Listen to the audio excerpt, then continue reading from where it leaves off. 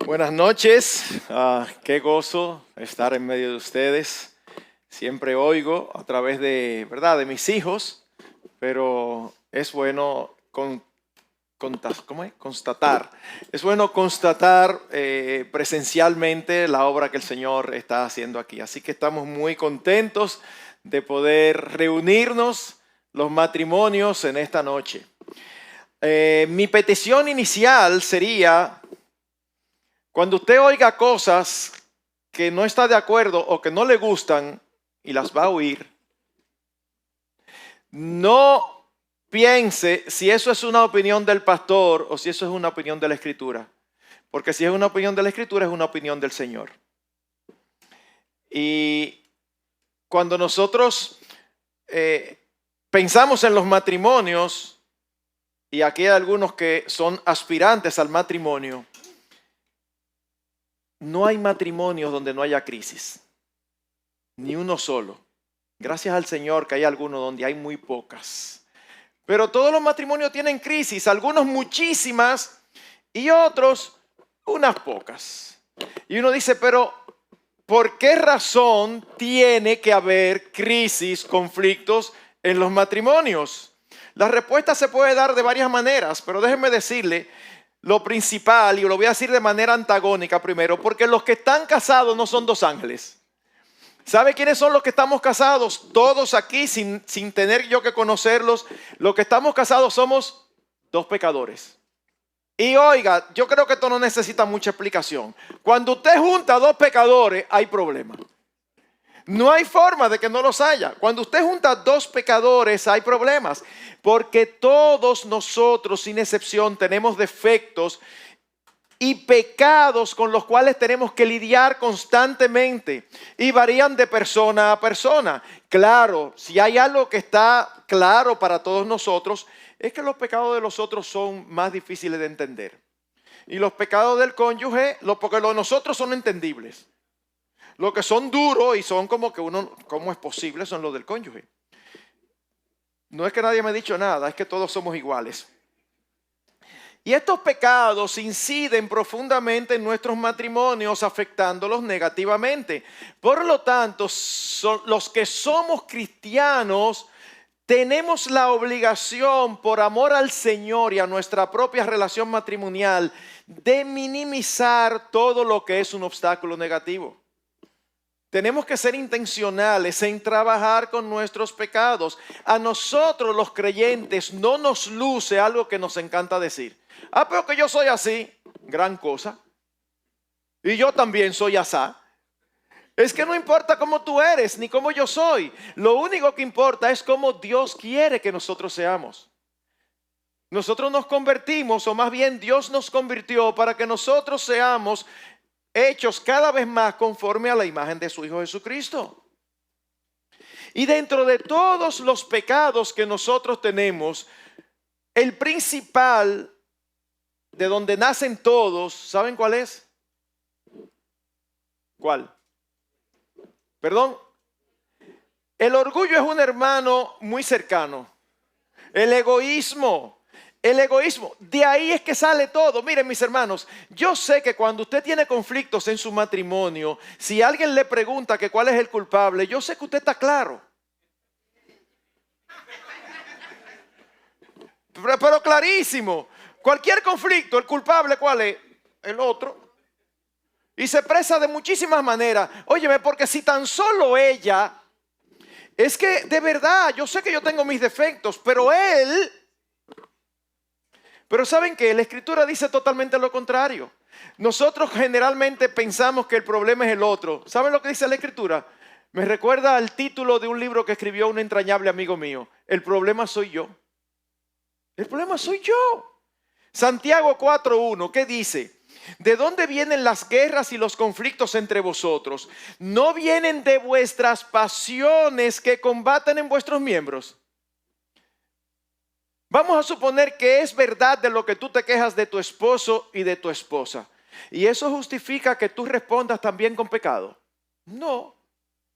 Así que siempre nosotros somos parte del problema. Por lo tanto, siempre somos parte de la solución.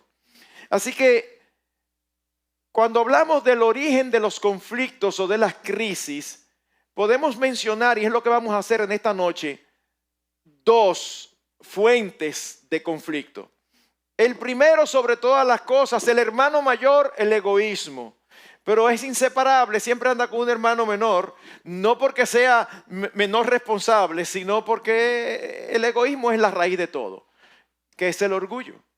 Así que yo quiero que nosotros nos concentremos un poco para que entendamos cómo nuestro egoísmo incide negativamente en nuestros matrimonios. Miren, cuando uno habla de egoísmo, es un concepto tan común y conocido que pudiera parecer necesario no tener que definirlo. Pero por amor a la claridad yo quiero hacerlo. Y le voy a dar inicialmente una definición no bíblica, una definición de la Real Academia de la Lengua Española. Dice allí, egoísmo, inmoderado y excesivo amor a sí mismo, que hace atender desmedidamente el propio interés sin cuidarse del de los demás. Usted sabe que se expresa de muchísimas maneras. Le doy un ejemplo. Ajá, y si yo no velo por lo mío, ¿quién vela? ¿Te ha oído eso? Eso es muy típico. Es como, y si yo no me cuido, ¿quién me cuida? Y la verdad es que no es así o no debe ser así. Cuando usted va a la versión Reina Valera, puede sorprenderse que en Reina Valera no aparece la palabra en español egoísmo. Sin embargo, cuando va a la Nueva Versión Internacional o a las Américas, sí aparece en Filipenses 2:13, donde dice, nada hagáis, Reina Valera dice, nada hagáis por contienda, las Américas dicen, nada hagáis por egoísmo. Y esto así porque la palabra que se utiliza allí denota ambición, significa buscar uno lo propio. Y cuando uno busca lo propio, eso trae rivalidad. Por lo tanto, el origen de los conflictos es el egoísmo. Es la motivación principal de toda contienda. Luego en 2 Timoteo capítulo 3 versículo 2, cuando se nos está hablando allí de las características de los hombres de los últimos tiempos, se dice que serán hombres amadores de sí mismos. Y la palabra que se utiliza allí es filautos. Fil viene de amor y auto de uno mismo. Cuando dice autónomo, yo mismo soy ley. Filauto es me amo a mí mismo, amante o amigo de uno mismo. Hermanos y amigos, si hay algo intrínsecamente arraigado en la naturaleza caída nuestra de cada uno de nosotros, es esa fuerte inclinación a buscar primero nuestro beneficio y bienestar antes que el de cualquier otro.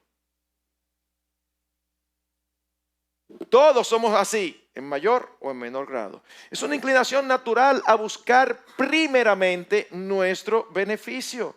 Y nuestro Señor, sabiendo que esto es así, nos advierte repetidamente al respecto. Vez tras vez, en diferentes palabras, en diferentes epístolas, en diferentes lugares de la Escritura, para que nosotros lo entendamos. Primera a los Corintios, capítulo 10, versículo 24, que dice... Nadie busque su propio bien, sino el de su prójimo. Y yo quiero recordarle el contexto en que esto está. Esto está en un contexto de libertad cristiana. Cuando hablamos de libertad cristiana, hablamos de aquellas cosas que no están ni ordenadas ni prohibidas en la Escritura. Son cosas grises, son cosas neutras. Primero a los Corintios 8, por ejemplo, el apóstol Pablo dice que habían algunas comidas que se sacrificaban a los ídolos y algunos que venían del paganismo tenían dificultad con eso. Y entonces el apóstol Pablo dice, un ídolo no es nada, es una estatua. Ahora, si tú vas a entristecer a tu hermano por comer carne, el apóstol Pablo dice, no comeré carne jamás. ¿Ven qué opuesto a la inclinación de nuestros corazones? ¿Qué es lo que uno ve en el día de hoy a los creyentes? Pero espérate, dime claro, búscame un versículo, pero es pecado. No, fíjate, lo que pasa es que no es prudente. No, yo no te estoy preguntando si es prudente, yo te estoy preguntando si es pecado. En otras palabras, mira, nada más que sea pecado, si no yo lo voy a hacer. Pero ese no es el único elemento a considerar. Beneficia a quien tú tienes al lado. ¿Le agrada a tu esposa? ¿Le agrada a tu esposa? Ah, bueno, pues entonces ahora yo tengo que hacer todo lo que le agrada a tu esposa. Respuesta, sí. Ay, pastor, esto se está poniendo complicado. Bueno, mi hermano, es que nosotros llegamos al matrimonio generalmente con una visión distorsionada de lo que es realmente el matrimonio. En Filipenses capítulo 2, versículo 3-4 repite el concepto. Nada hagáis por egoísmo o por vanagloria, sino que en actitud humilde, cada uno de vosotros considere al otro como más importante que a sí mismo, no buscando cada uno sus propios intereses, sino más bien los intereses de los demás. Ese versículo no fue escrito a matrimonios, ese versículo fue escrito a una iglesia. Y si en una iglesia que la relación es menos cercana en los hermanos en Cristo, que la relación con mi hermana en Cristo, que es mi esposa, y mi hermano en Cristo, que es mi esposo, entonces con más razón para nosotros buscar primero sus intereses antes que los nuestros. Ahora, el Señor Jesucristo no solamente enseñó por precepto, sino también por ejemplo. Es muy difícil encontrar una enseñanza del Señor Jesucristo que Él no la haya vivido, que Él no haya dado el ejemplo. Pues miren, ese texto que yo acabo de citar, cuando dice que no busque cada uno su propio interés, sino el de los demás, está en una porción gloriosa de las Escrituras, porque lo que sigue a eso es cuando dice que Cristo no estimó el ser igual a Dios como cosa que aferrarse, sino que se despojó a sí mismo, haciéndose obediente hasta la muerte y muerte de cruz. ¿Y por qué Cristo eso? Buscando nuestro bienestar, el tuyo y el mío. Si Cristo hubiera buscado lo suyo como tú y yo estuviéramos fritos. Porque no hubiéramos tenido forma de encontrar salvación, la salvación que necesitamos por nuestros pecados. Es por eso que Romanos 15:3, luego de exhortarnos a agradar a nuestro prójimo, dice, pues ni aun Cristo se agradó a sí mismo. ¿Y qué significó para Cristo no agradarse a sí mismo? O ser vituperado. Cuando usted va a Romanos 15, esa es la relación que dice.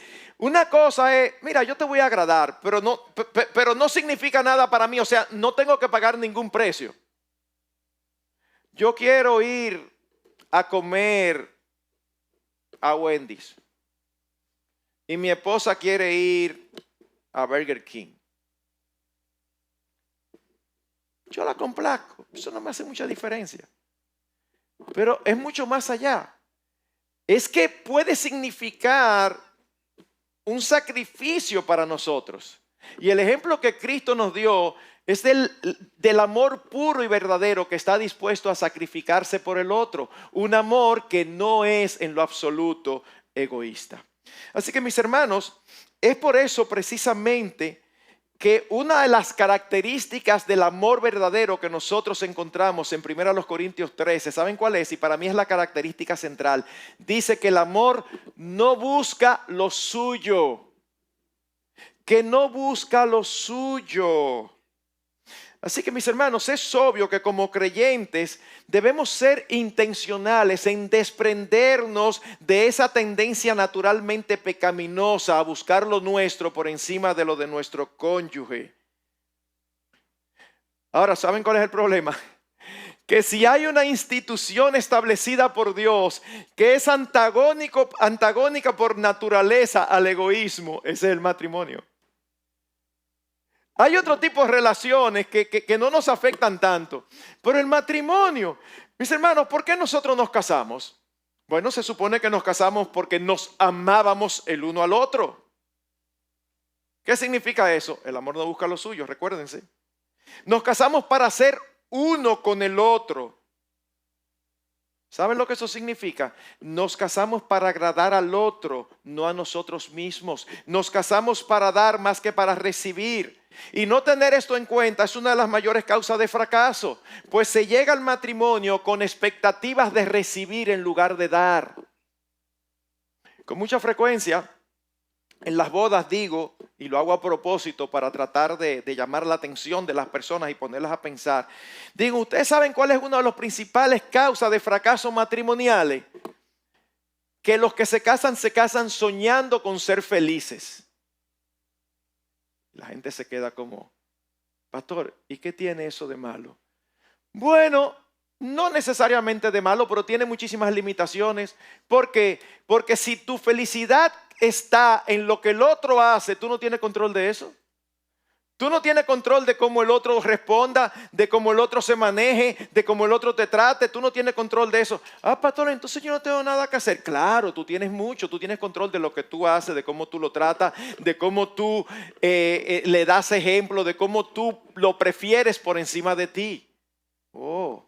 Entonces, como dice el autor de Primera a los Corintios, yo os muestro un camino más excelente.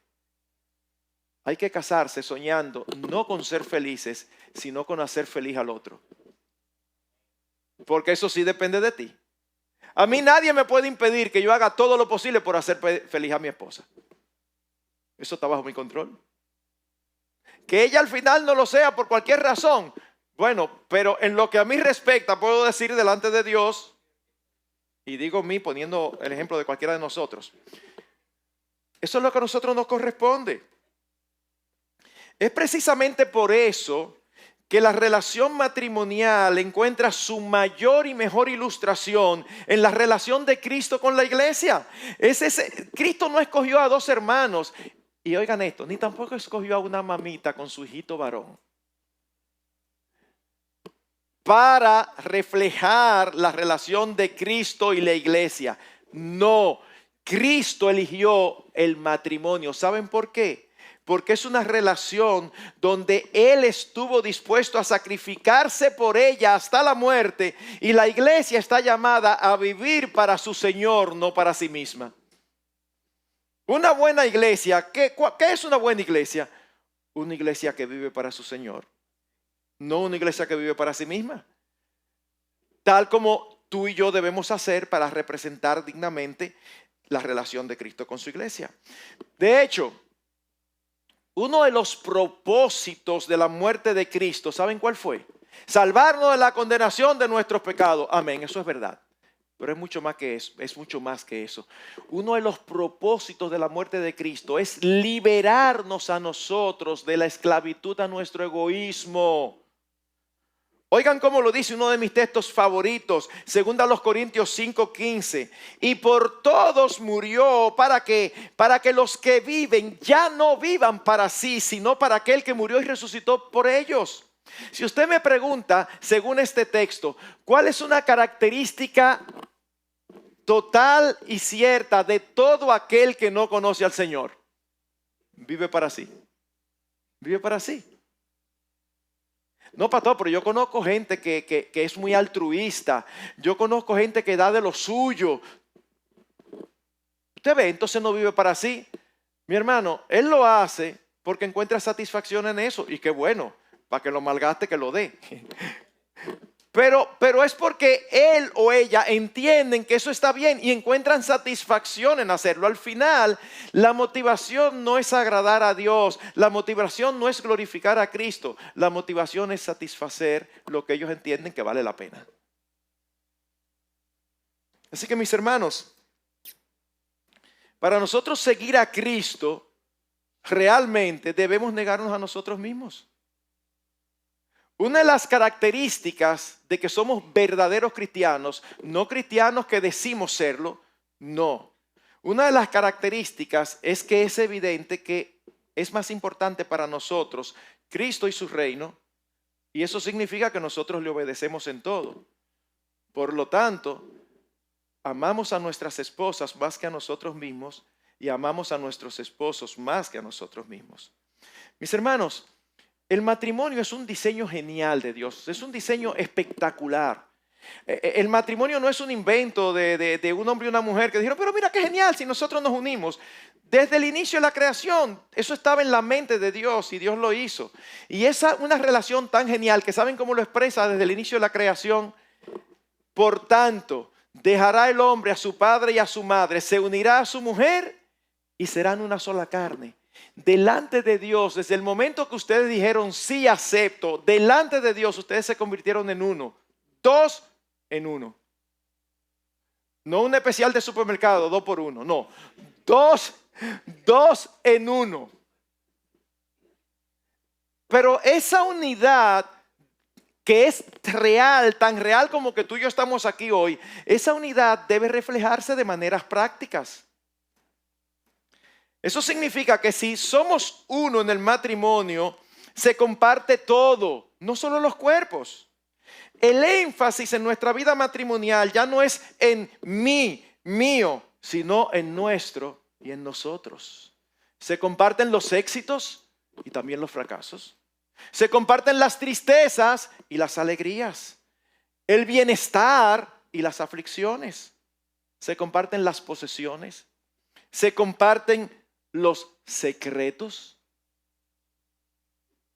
Miren, yo estoy consciente que todo lo que yo estoy diciendo, casi todo, es totalmente contracultural. La cultura nos dice exactamente lo contrario. Y por eso usted se topa, es algo típico encontrar a los hombres cuando están solos, empezar a hablar de cómo es que se tienen que tratar a las mujeres, que a las mujeres esto, que a las mujeres aquello. Pero no se crean que las mujeres están muy lejos. Cuando se juntan en el salón, eso hacen unos trajecitos ahí con los esposos. Mis hermanos, el equipo no son los hombres contra las mujeres. El equipo son esposo y esposa. Cuando tú hablas mal de los hombres, estás hablando mal de tu esposo. Porque tu esposo es un hombre, yo espero. Y cuando tú hablas mal de las mujeres, tú estás hablando mal de tu esposa porque tu esposa es una mujer. Usted ha visto eso típico.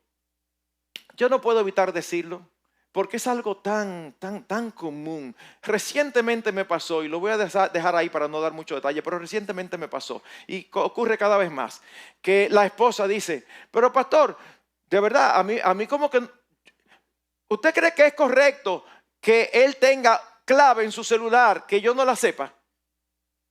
Y el esposo se pone tenso de una vez. Y yo le digo, no es correcto. ¿Qué es lo que hay ahí que ella no puede ver? ¿Usted sabe qué es lo más genial? Cada vez que yo oigo a un hombre, y a un creyente me da pena porque no le luce. Al que no conoce al Señor sigue siendo mal, pero no tiene el conocimiento. Pero cada vez que yo oigo a un hombre creyente tratando de explicarme por qué su celular tiene clave y su esposa no tiene acceso, mientras más habla, digo yo, no. Y entonces oigan la palabra que usan. No hay entendimiento de lo que es el matrimonio. Pastor, pero que eso es privado. ¡Privado! Y hay algo privado en el matrimonio. Mire, después que ustedes se han visto de toda la manera posible, ¿qué es lo que va a haber privado? ¿Qué es lo que va a haber privado? No, mi hermano, uno se casó para compartirlo todo. Así que más que enfatizar qué quiero, qué me gusta, debemos preocuparnos intencionalmente por lo que quiere o qué le gusta al otro. Porque se supone que cuando decimos sí acepto, está implícito el compromiso de vivir para el otro, en dependencia del otro. Hoy en día es muy común decir, hay una dependencia emocional dañina, insana, y puede haberlo. Pero lo que normalmente la cultura llama una dependencia insana, realmente no lo es. Compadre, pero usted no puede salir solo. ¿Usted todo quiere ser con su esposa? Sí. Y yo me casé para andar contigo. Yo me casé para andar con mi esposa. No, pastor, pero que usted sabe, porque, óigame, los viernes uno debe tener el derecho de salir con los amigos. Es que con eso no hay problema. ¿Usted sabe cuál es el problema? Es la forma en que tú lo dices. Es como salir con los amigos para respirar de ti. Entonces, espérate, hay algo que no está funcionando. Porque yo no quiero respirar de ti. Yo quiero estar contigo todo el tiempo.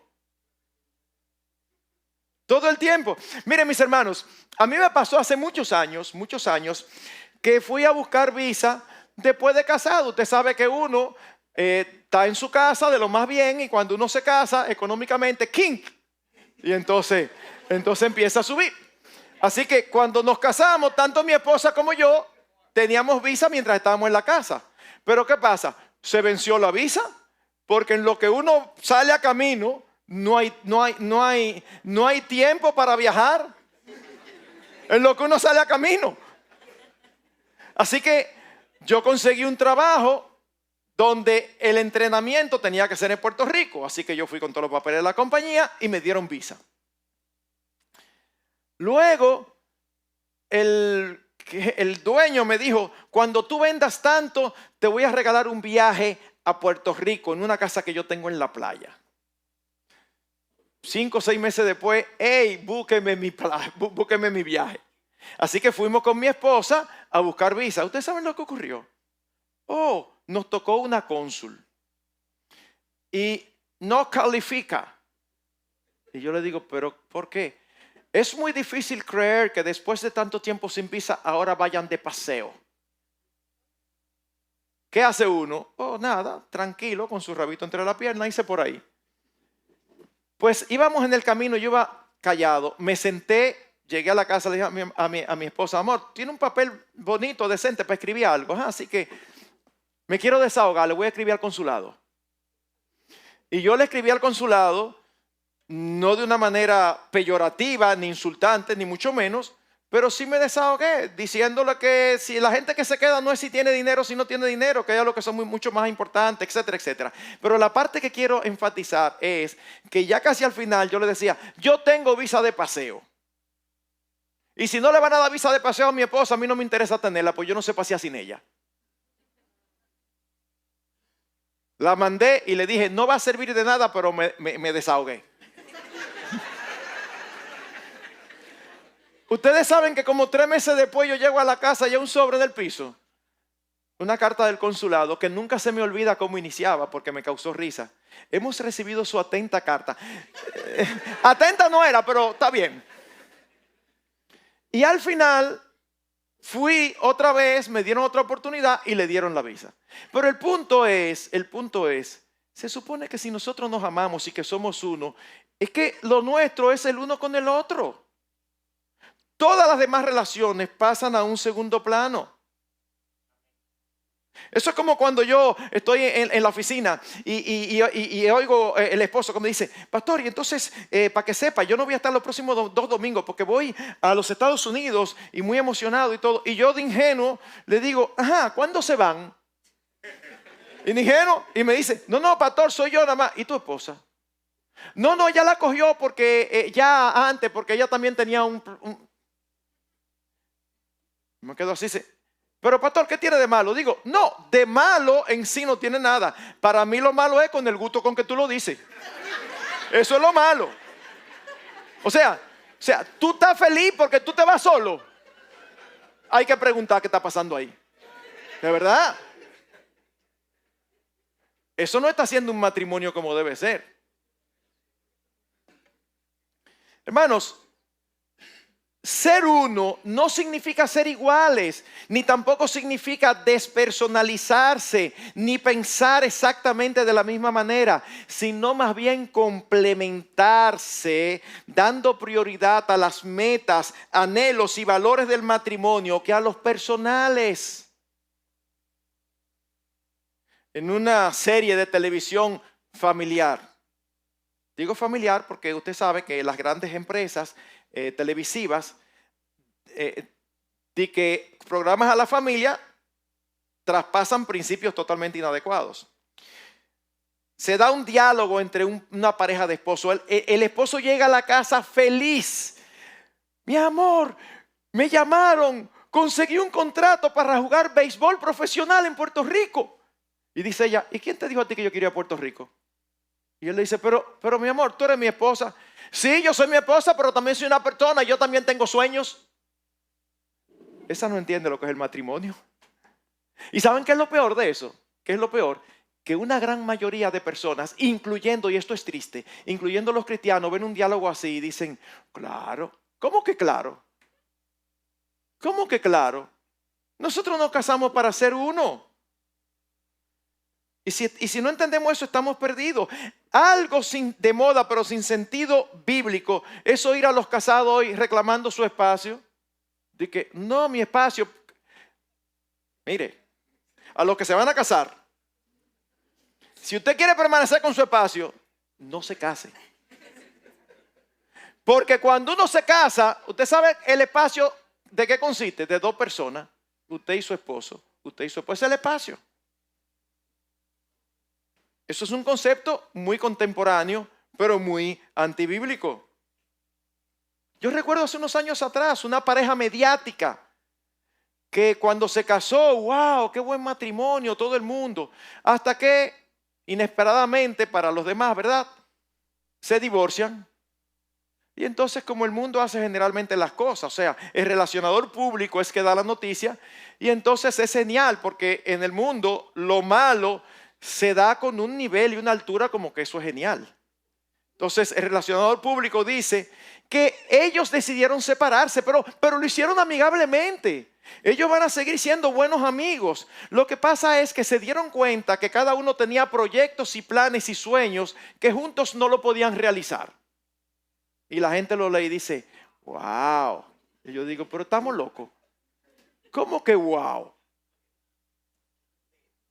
El que quiere realizar sus sueños, siga solo para que realice sus sueños.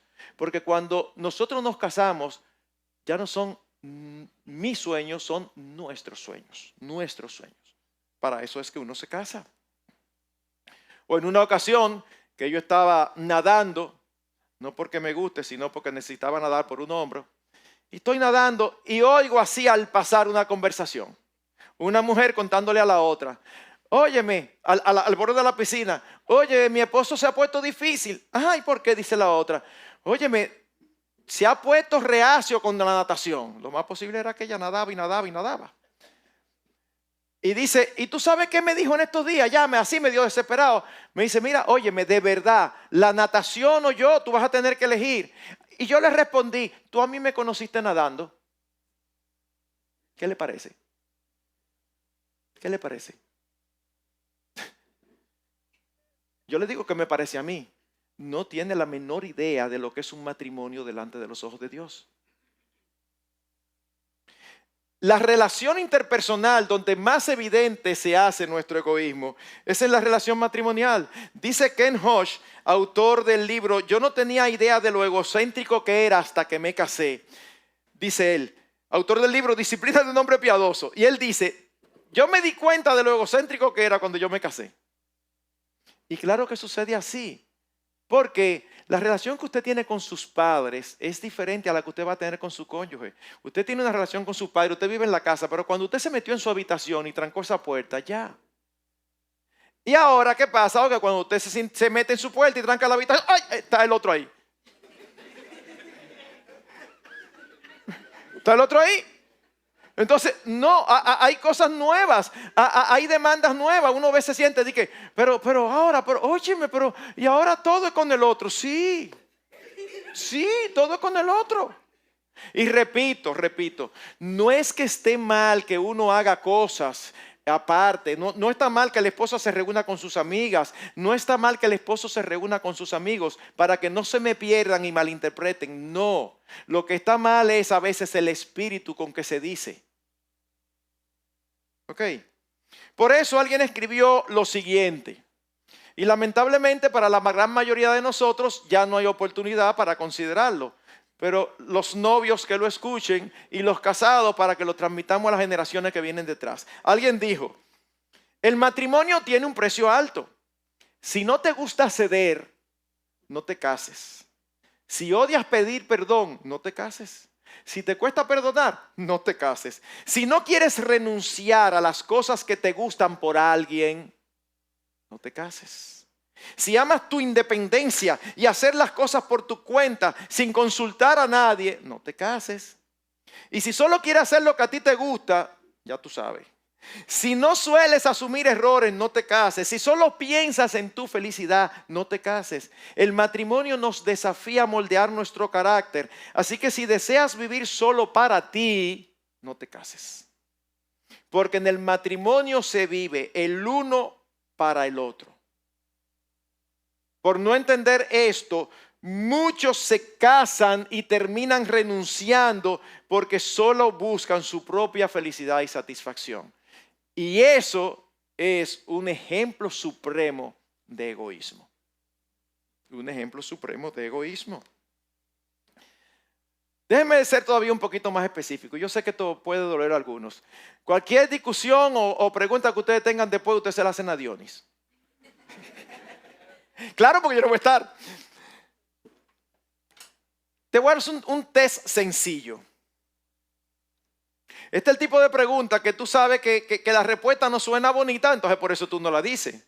Pero en lo más profundo de tu corazón tú sabes la respuesta. Déjame hacerte una pregunta y esto va para los dos. ¿Para quién tú vistes? ¿Para quién tú te arreglas? Ay. Ahí estás tú con esa camisita que te encanta. Y sobre todo si tiene la edad mía. Un viejevo. Y entonces aquí te pones tú tu camisita que te encanta. Pero resulta que a tu esposa no le gusta. Ay, mi amor, por esa camisita. Entonces tú empiezas a discutir con tu esposa. Y yo pregunto, pero ¿para quién es que tú viste? Ya tú te viste en el espejo, ¿verdad? Después que tú te fuiste y de ahí, ya tú no te vuelves a ver, pero tu esposa te está viendo todo el tiempo. Ah, pastor, pero este es el colmo. Ahora uno no puede ponerse lo que uno le gusta. No lo lleves al extremo. Y al final, si no le gusta a tu esposa, no te lo pongas. ¿Ven lo que yo le decía al principio? Ah, pero que una dependencia demasiado grande. Es un acto de amor y el amor no busca lo suyo. A tu esposo le gusta, porque también tengo que verla. No quiero que las esposas digan, ¿tú oíste todo lo que te dijeron? No, déjame decir algo a las esposas. A tu esposo le gusta tu pelo suelto.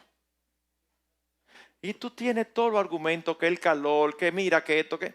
Mi hermana, la horquilla, la horquetilla, qué sé yo, nosotros no sabemos de eso. Lo único que nosotros sabemos es que si me gusta suelto, me gusta suelto. Entonces eso es un problema, porque es tu pelo y que tú no tienes que estarme manillando. Y entonces ahí es que en el mundo dicen, tú ves, eso es demasiado posesivo. Bueno, es que lo que va viene, es que de aquí para allá y de allá para acá. Eso es como ese versículo en 1 Corintios 7, que es un versículo que en esta época hay que leerlo rapidísimo. ¿Te ha visto que en el WhatsApp usted le pone 1.52 para que hable más rápido? Ese versículo hay que leerlo en 2. Cuando dice, la mujer no tiene potestad sobre su propio cuerpo, sino el marido. Si usted no lo lee rápido, ya ahí todo el mundo se levanta a discutir machismo. Entonces hay que leerlo corriendo. La mujer no tiene potestad sobre su propio cuerpo, sino el marido. Ni el marido tiene potestad sobre su propio cuerpo, sino la mujer. ¿Por qué? Porque lo que va viene. Para el Señor, no, el uno no es sin el otro. Dependemos el uno del otro y eso es una dependencia que vale la pena. Tú das igual importancia a los temas tuyos que a los del otro. Deporte, ahí estamos nosotros. Y a veces nuestras esposas así como un pollo viendo televisión, que no entienden nada. ¿Sabes qué? Esposa, tu esposo le encantan los deportes, aprende. No a jugar ni nada, pero aprende para que puedas hablar con él. Pero vámonos al revés. Resulta que tú eres como yo, que no soy muy culto. La verdad, ¿verdad? Y resulta, no es el caso, pero un ejemplo imaginario, que a mi esposa le encanta la ópera. A mí me encanta la música, pero la ópera no precisamente. ¿Qué yo tengo que hacer? Que se vaya ella a oír su ópera. No, vamos a aprender de ópera. Para yo ver si le cojo el gusto y lo disfruto junto contigo. ¿Están entendiendo la idea? Entonces, si nosotros no estamos dispuestos a hacer eso, no podemos pretender que nuestro matrimonio funcione bien. Porque ese es el problema. Nosotros tenemos, todos aquí nos casamos con el deseo de que funcione bien. Sin embargo, la gran mayoría no funciona bien. Porque lo que se necesita no es el deseo, es el conocimiento de lo que hace que un matrimonio funcione bien.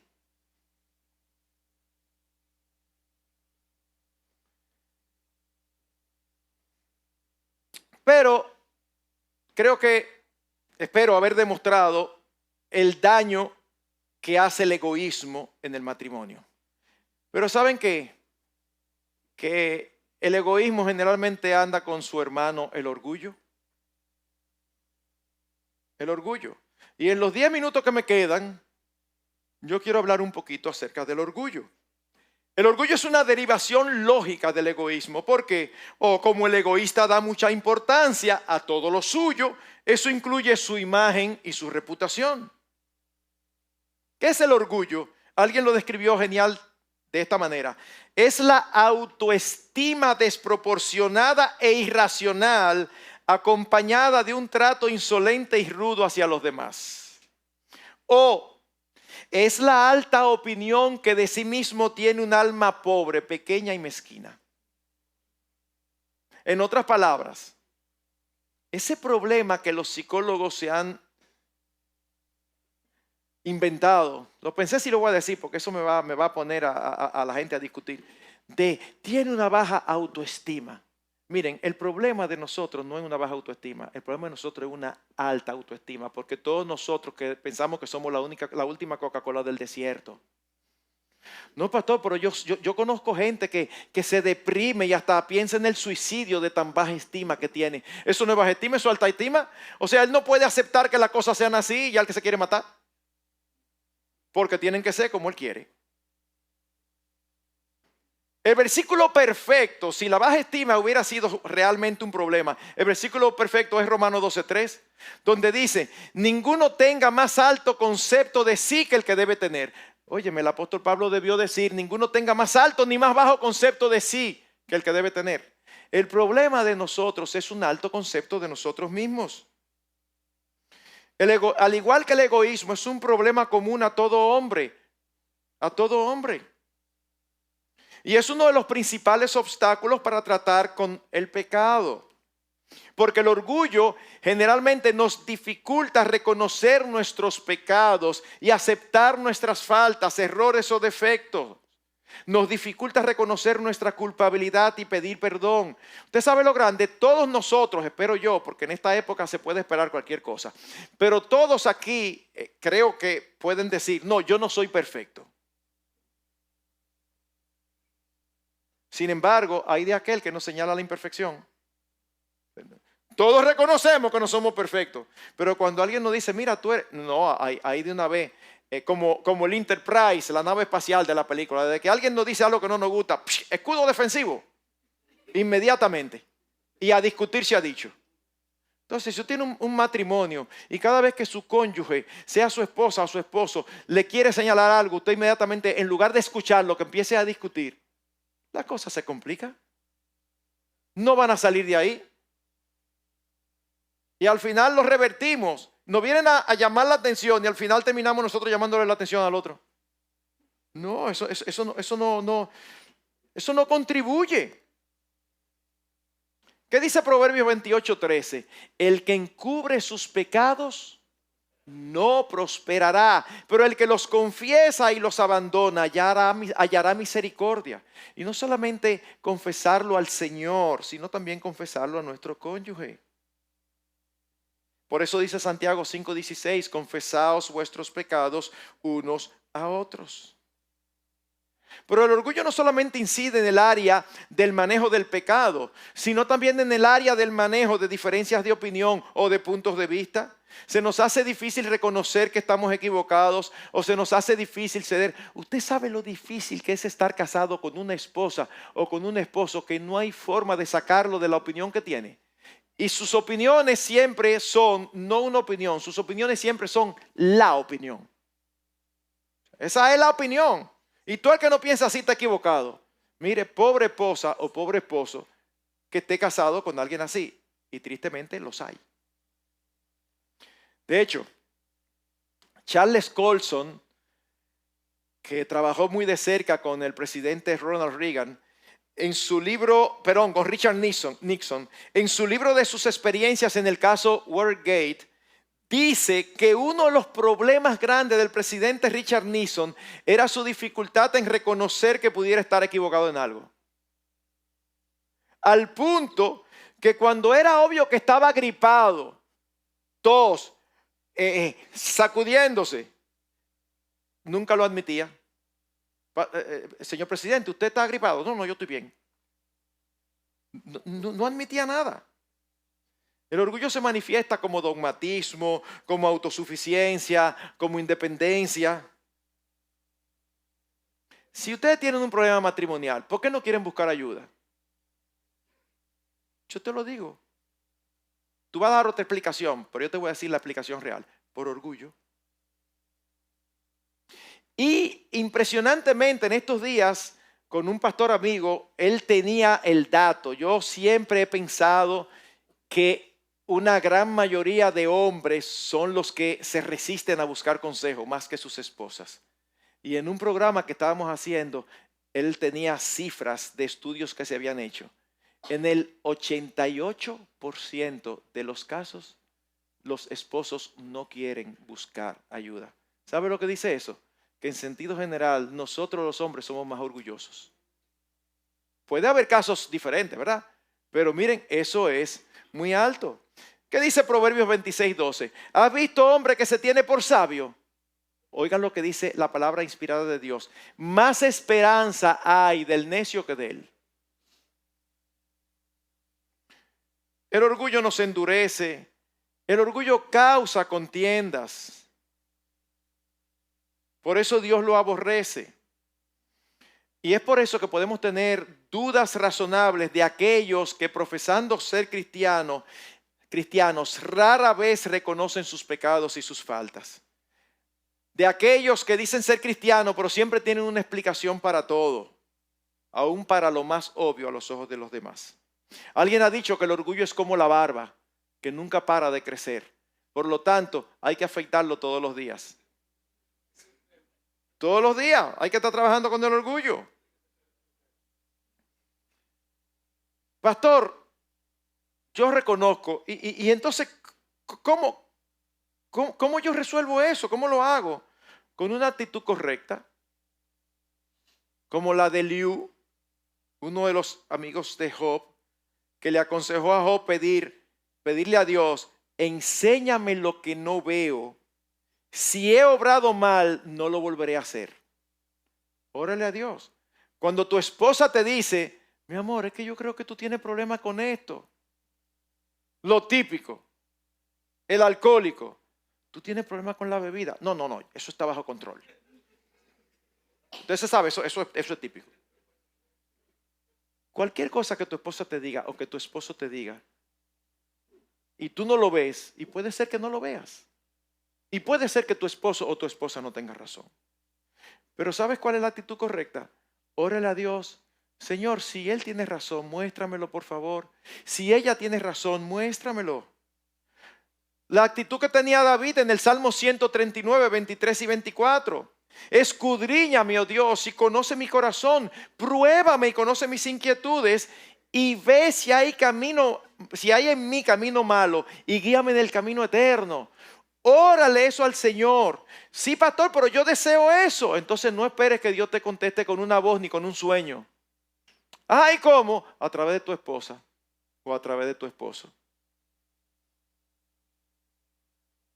La disposición de corazón a aceptar nuestros errores y pecados es sinónimo de piedad.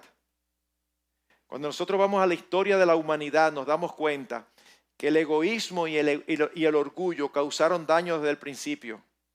El egoísmo de Adán y Eva, que fueron tras sus deseos en contra de los deseos claramente expresados por Dios, y el orgullo de Satanás, que quiso hacerse igual a Dios. Eso está desde los orígenes. Así que permítame concluir. Si somos verdaderos creyentes, Cristo y su evangelio nos han librado de la esclavitud a nuestros pecados. Y eso incluye que hemos sido librados de la esclavitud a nuestra propia personalidad. Es impresionante cómo los creyentes hablan como si ellos no pudieran dejar de ser como su personalidad es. Todos nosotros tenemos que esforzarnos en ciertas áreas. Vuestra gentileza sea conocida delante de todos los hombres. ¿Usted cree que el pastor Eduardo tiene que luchar con eso? ¿Eso le sale solo? Pero el que es tímido, el que es poco relacional, es durísimo. Si usted tiene hijos, usted sabe que hay algunos hijos que están en todo. Pero hay algunos hijos que llegan a un sitio y tú le dices, ve, saluda a fulano, y tú lo ves a ellos, que ellos quisieran hacer lo que sea con tal de no ir a saludar. ¿Qué es eso? Personalidad.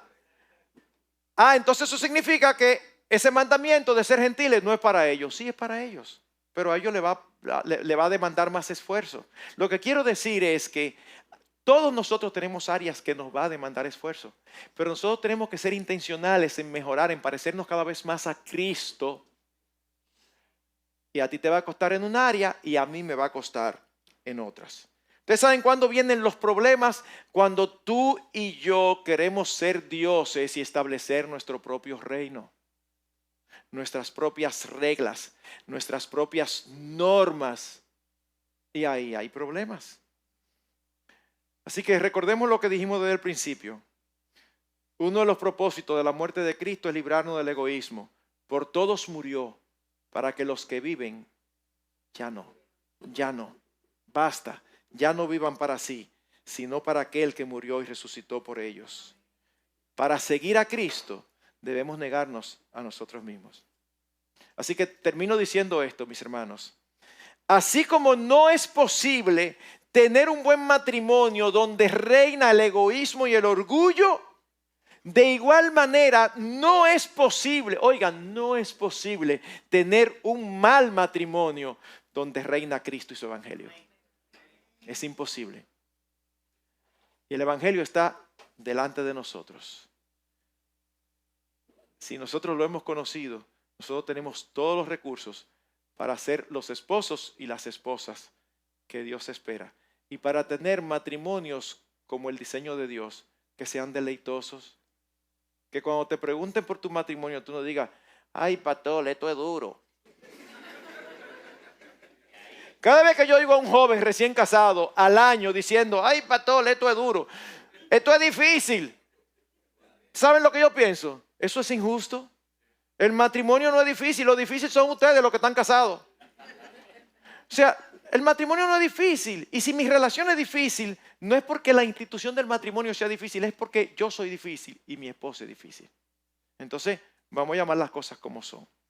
Que el Señor nos ayude y nos dé gracia, sabiduría, disposición, para gloria de su nombre y para beneficio de nuestra relación. Pastor, aquí hay una pregunta que dice que si mi pareja, ¿qué hacer si mi pareja, en este caso mi pareja que hombres, renuente a poner límites con las personas? ¿Qué debo hacer? Bueno, déjame empezar a decirte qué no debes hacer. Tú no debes tratar de cambiarlo. Pastor, ¿y tengo que dejarlo? No, tampoco, yo no he dicho eso. Lo que pasa es que es importante que nosotros entendamos que nosotros tenemos limitaciones y a veces queremos asumir el papel del Espíritu Santo. El único que puede transformar a las personas es el Espíritu Santo. ¿Saben cuál es nuestra labor? Sentarnos con nuestro esposo y decirle, y si nuestro esposo no hace caso, decirle, amor, tú no me haces caso, tú crees que es cosa mía. Yo quiero que busquemos consejo. ¿Por qué no buscamos consejo con alguien con un pastor que pueda hablarnos y que yo plantearlo? Porque a ti es que te conviene que buscar consejo, porque si tu esposa no tiene razón, a ti te conviene que le digan, mi hermana, deje tranquilo a ese hombre que usted no tiene razón. Pero a veces no queremos buscar razón porque no queremos buscar consejo porque sospechamos que el cónyuge puede tener razón. Así que no trates de cambiarlo, pero sí haz lo que tú debes y tienes que hacer. Hablarlo, señalárselo con respeto, con amor. No ves avances, vuelves y se lo señalas otra vez y le dices, me preocupa.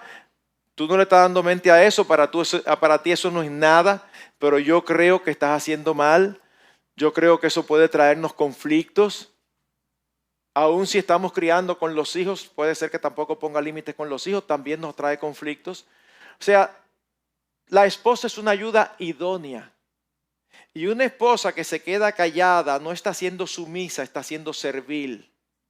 Ahora, una esposa que todo el tiempo está diciendo lo mismo, es una gotera continua. Y entonces eso realmente no ayuda. Nuestro esposo no van a cambiar porque nosotros lo digamos 60 veces. Van a cambiar cuando ellos se dispongan y vean que no están bien. Así que hay que tener ese equilibrio. Como esposa, si yo tengo convicciones bíblicas diferentes a mi esposo, ¿cómo debo manejarlo? Eso es interesante porque hay convicciones bíblicas que no importan, que no importan no, sino que no debe de ser conflictivo que se crea diferente. Suponte que tú eres escatológicamente amilenial y tu esposa creció en una iglesia dispensacional. Y tú se lo has aplicado de toda la manera, vida y por haber, y ella sigue esperando que el rato, los 7 años, el milenio. Eso no tiene por qué afectar su matrimonio. ¿Cómo que no, pastor? ¿Y si ella se va antes? No. No, eso no tiene por qué afectar tu matrimonio. Ahora, déjeme decir esto. Es lo que la Biblia enseña. No es lo mismo que esa pregunta la haga un esposo a que esa pregunta la haga una esposa. No es lo mismo. Porque si el esposo dice, ¿qué hacer si mi esposa tiene opiniones bíblicas diferentes? Nosotros somos la cabeza del hogar y debemos pastorearlas. Ellas no tienen que pastorearnos a nosotros. Ahora, la sumisión de la esposa al esposo no incluye la conciencia. O sea, tu pastoreo no implica que tu esposa tiene que creer lo que tú crees. No. Ya tú estás legislando en un área que no te corresponde. Así que trata de sentarte con tu esposo, trata de convencerlo, trata de buscar ayuda, pero cada uno tiene que tener muy claro cuál es su rol en el matrimonio. ¿Cómo mantener vivo el matrimonio en la cotidianidad si nosotros como pareja solo compartimos con tiempo las últimas horas del día por causa del trabajo? Miren, mis hermanos, vivimos en una época complicada. Y si tú solamente compartes las últimas horas del día, uno tiene que buscarle la vuelta, una llamadita a media mañana. ¿Pueden hacer los arreglos para almorzar juntos? No, pastor, es imposible. Lo que pasa es que nosotros a veces decimos imposible a lo que es difícil. Puede ser que sea difícil. Pero mira, si tú tienes que hacer un arreglo, aunque sea más sacrificado para ti, hazlo. Almuerza con tu esposa. Provee ámbitos intencionalmente donde ustedes compartan cada día. Porque el amor no es como la gente piensa, existe y ya. No, el amor es como una planta. Hay que regarlo, hay que abonarlo, hay que cultivarlo. Y sería totalmente triste que una vida cotidiana intensa dañe nuestras relaciones. A mí me sorprende cómo nosotros los creyentes conceptualmente somos generalmente buenos. ¿Qué es más importante, tu matrimonio o lo económico? Difícilmente tú vas a encontrar un creyente que te diga lo económico. Ahora, no es difícil encontrar un creyente que viva mostrando que le importa más lo económico que el matrimonio. Entonces no es lo que decimos, es lo que hacemos. Y sabes qué, si tú tienes un trabajo, pastor, pero mire, es que se gana, mira, ¿sabes qué? Si tú tienes que dejar eso para tener más tiempo disponible para compartir con tu esposa, hazlo. Hazlo. Porque a veces nosotros llamamos necesidad a un nivel de vida particular. No, pastor, es que en casa es necesario que trabajemos los dos. Y cuando tú sacas cálculos, no es necesario. Es necesario para mantener este nivel de vida aquí. Pastor, pero que yo quiero lo mejor para mis hijos. Usted sabe el calor que hace. A mí me da pena cuando yo lo veo con un abaniquito. ¿Cuántos aquí crecieron sin aire? Miren el paquetón. Ok. Ahora voy a hacer otra pregunta. ¿Y cuántos hoy día están frustrados porque no tuvieron aire cuando pequeños? Hoy, ¿qué pasó? Mis hermanos, somos nosotros los que nos ponemos cargas innecesarias. Claro, usted me dice a mí ahora que duerma sin aire y yo pataleo muchísimo. O sea, a mí no me hable de dormir sin aire. Ahora, pero yo crecí sin aire y eso no me hizo nada. No, pastor, porque usted sabe, uno quiere lo mejor. Y ya me metí sin darme cuenta, porque no lo puedo evitar, ya pasé del matrimonio a la paternidad, están íntimamente relacionados. Óyeme, tus hijos no necesitan lo tuyo, tus hijos te necesitan a ti.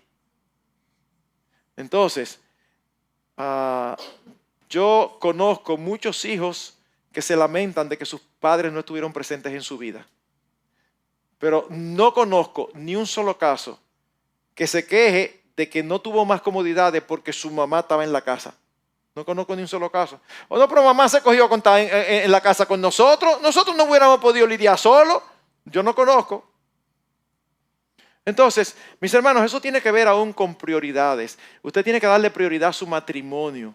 Eso significa que tiene que buscarle la vuelta. Si usted ya, y si hizo la pregunta es porque ya detectó que está pasando eso.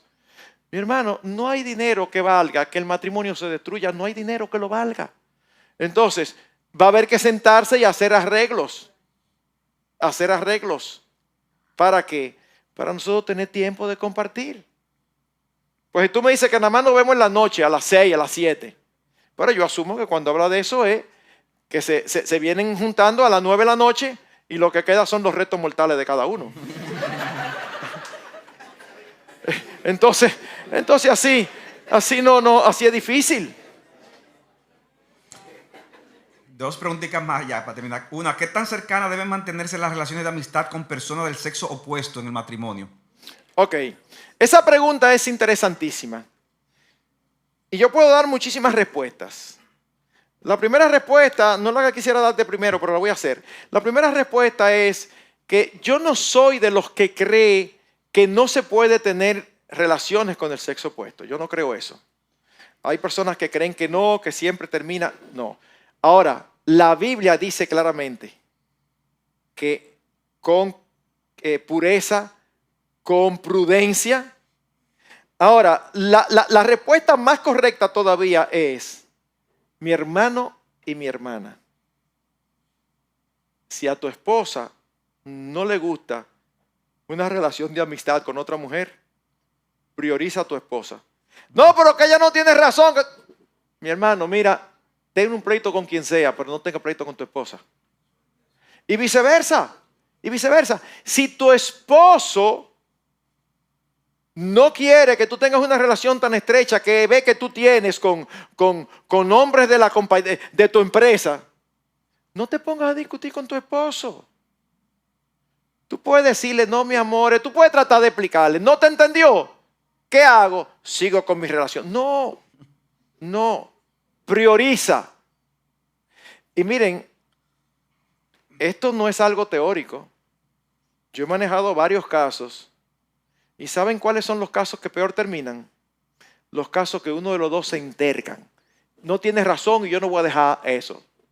Eso, miren, es terrible porque termina el otro sufriendo muchísimo y a ti no te está importando. Pero claro que me importa, pero no tienes razón. Mis hermanos, a veces todo no es la razón. Imagínense que usted es vendedor en una empresa. Usted tiene un cliente número 1A. Y al cliente se le mete en la cabeza una cosa que no tiene ni pie ni cabeza. Y usted empieza a discutir con el cliente. Y al final, la verdad es la verdad. Así que, se lo dije. Ok, fantástico. ¿Te volvió a comprar? No. ¿Y de qué te vale?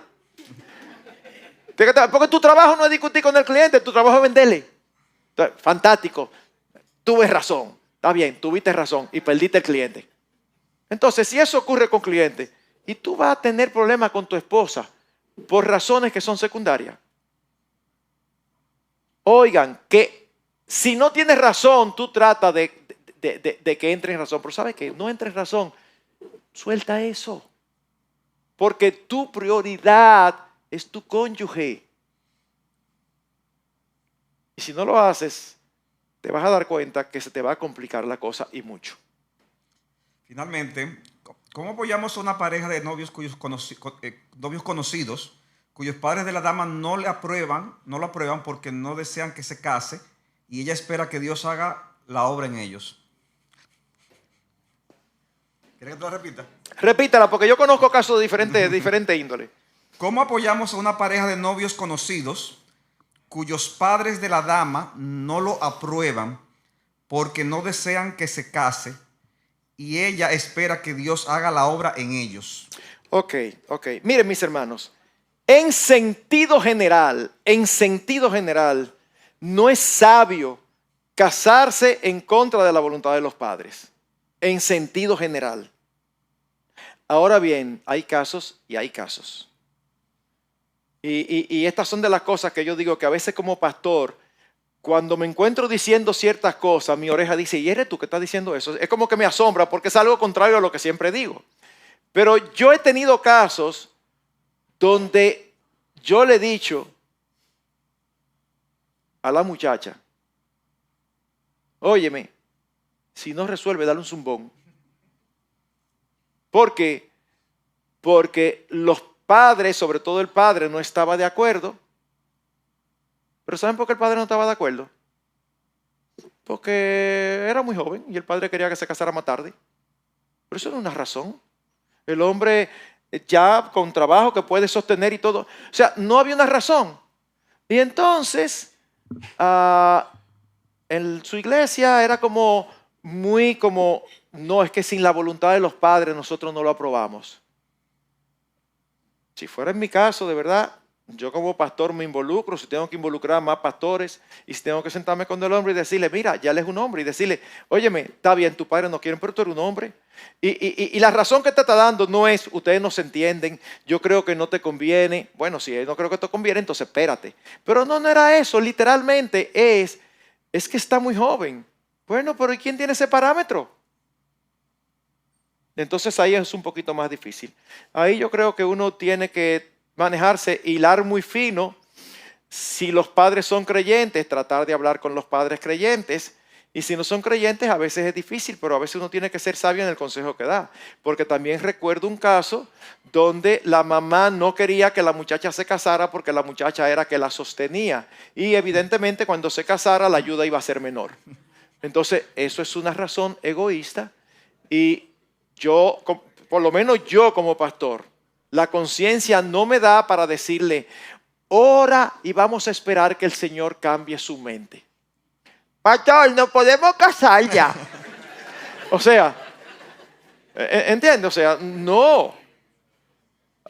Hay cosas que, por eso digo, la generalidad, no lo hagas. Pero si lo vas a hacer en contra de la voluntad de tus padres, ¿sabe cuál es un buen parámetro? Asegúrate que la única voluntad en contra son la de tus padres, pero que la de tus pastores y la de los padres de ella y la de los hermanos que tienen el conocimiento bíblico te apoyan. Pero recuerden, esas son las excepciones.